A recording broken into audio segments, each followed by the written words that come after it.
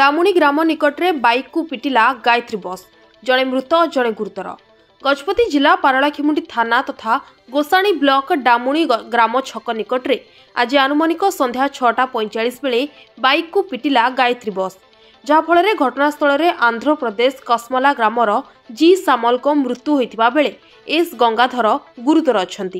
स्थानीय लोकों सूचना अनुसार दुई बाइक आरोही बाइक जोगे पारलाखेमुंडी आड़क आसुथिबा बेले पछपटु पलासा ग्रामरू AP30Y2444 नंबर युक्त यात्रीवाही गायत्री बसटी पछपटु धक्का देथिला, जहाँफल दुई बाइक आरोही घोषाड़ी हो जाइथिले।